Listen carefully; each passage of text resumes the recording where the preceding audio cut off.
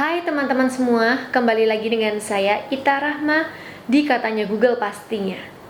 Dan kali ini di konten Duduk Sejarah saya akan membahas mengenai Sumpah Pemuda. Sumpah Pemuda adalah salah satu tonggak utama dalam sejarah pergerakan kemerdekaan Indonesia. Ikrar ini dianggap sebagai kristalisasi semangat untuk menegaskan berdirinya negara Indonesia. Yang dimaksud dengan Sumpah Pemuda adalah keputusan para Kongres Pemuda kedua yang diselenggarakan selama 2 hari pada tanggal 27 hingga 28 Oktober tahun 1928. Diselenggarakan di Batavia yang sekarang disebut dengan Jakarta. Keputusan ini menegaskan mengenai cita-cita tanah air Indonesia, berbangsa Indonesia, dan berbahasa Indonesia, yang kemudian disiarkan dalam berbagai surat kabar dan dibacakan di muka rapat perkumpulan.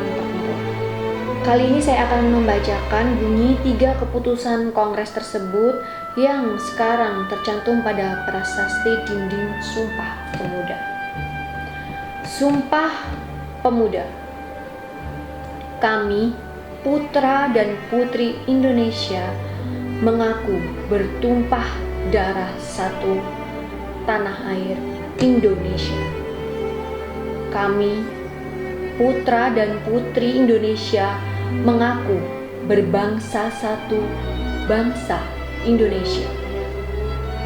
Kami, putra dan putri Indonesia, menjunjung bahasa persatuan, bahasa Indonesia.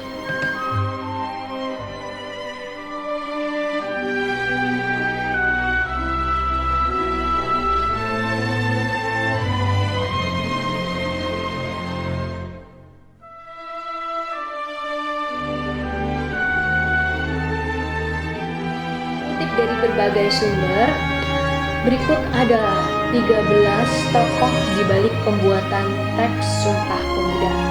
Yang pertama ada Sunario, yaitu salah satu tokoh Indonesia pada masa pergerakan kemerdekaan Indonesia dan pernah menjabat sebagai pengurus Perhimpunan Indonesia di Belanda. Kedua, J. Leimena. Johannes Leimena lahir di Ambon, Maluku pada tahun 1905 saat Kongres Pemuda II masih berjalan. Dia merupakan anggota panitia Kongres. Ia merupakan seorang tokoh politik yang juga seorang pahlawan nasional Indonesia. Yang ketiga ada Sugondo Joyo Puspito, seorang aktivis pendidikan yang juga tinggal di kediaman Ki Hajar Dewantara. Pemuda ini lahir pada tahun 1905. Ia merupakan tokoh pemuda tahun 1928 yang memimpin Kongres Pemuda Indonesia kedua dan menghasilkan Sumpah Pemuda dengan moto Satu Nusa, Satu Bangsa, dan Satu Bahasa Indonesia. Keempat ada Djoko Marsaid.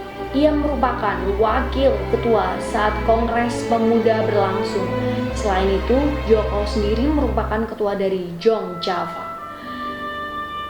Kelima, M. Yamin adalah seorang sastrawan, sejarawan, budayawan, politikus, dan ahli hukum yang telah dihormati sebagai pahlawan nasional Indonesia. Ia merupakan salah satu perintis puisi modern Indonesia dan pelopor Sumpah Pemuda sekaligus pencipta imaji keindonesiaan yang mempengaruhi sejarah persatuan Indonesia. Keenam ada Amir Syarifuddin Harahap. Ia seorang politikus sosialisasi dan salah satu pemimpin terawal Republik Indonesia yang menjabat sebagai Perdana Menteri ketika Revolusi Nasional Indonesia sedang berlangsung. Ketujuh ada W.R. Supratman. Ia merupakan seorang pengarang dan pencipta lagu kebangsaan Indonesia, Indonesia Raya, dan pahlawan nasional Indonesia. Tanggal lahirnya ditetapkan sebagai Hari Musik Nasional.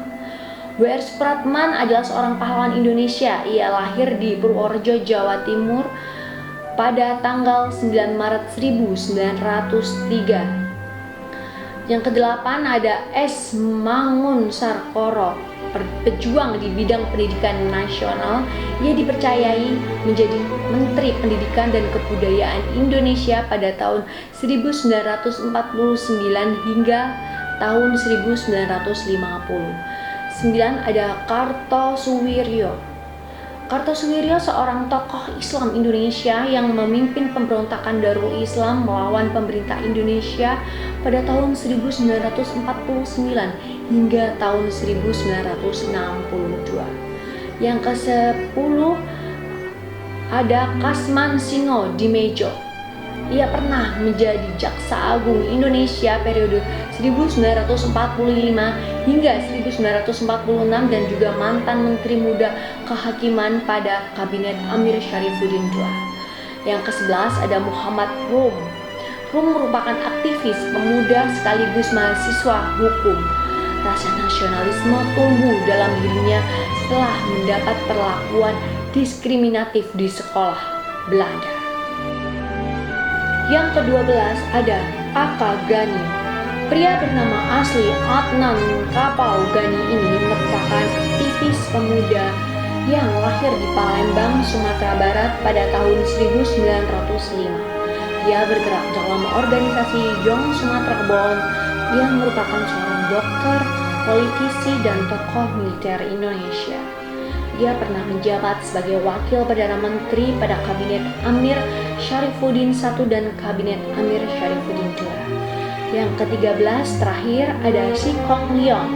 Nama pria yang satu ini seringkali disebut saat membicarakan Sumpah Pemuda. Ternyata ia adalah pemilik rumah tempat berlangsungnya Kongres Pemuda II. Rumah itu terletak di Jalan Kramat Raya. Kini rumah itu telah dijadikan sebuah museum.